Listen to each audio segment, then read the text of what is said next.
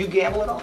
A little bit. You do. What do you like to play? Blackjack. Oh, good choice. I love blackjack myself. If ever you're in a game, though, however, a blackjack game, and somebody comes up to you with a deck of cards that looks like this, I suggest you run the other direction. This is a mark deck.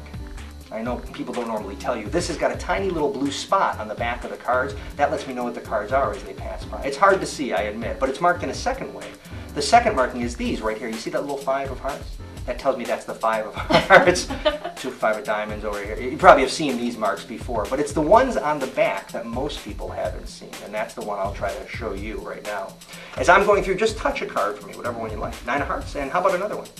You did that so well, how about just one more?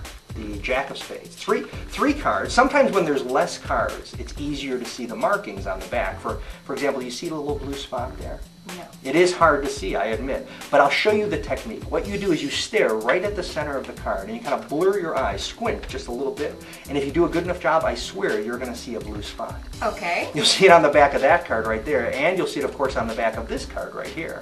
And, of course, you'd see it on the back of this card right here. But the truth is, if you're a gambler or a magician, it makes no sense to have a deck of cards in which just 3 cards are marked. What would make sense is if each and every one of the cards I was using were from a marked deck of cards. I mean, each and every one has that blue die on the back. Now, there is one problem. Let's say you're working for an educated audience. And what I mean by that is somebody who knows about a marked deck. If that occurs, they might come up to you and say, well, Paul, you're not much of a magician, you're not much of a gambler. They'd be wrong. Well, the truth is, they'd be right, because they know I'm using a marked deck, which is why for them, I never ever use a marked deck of cards.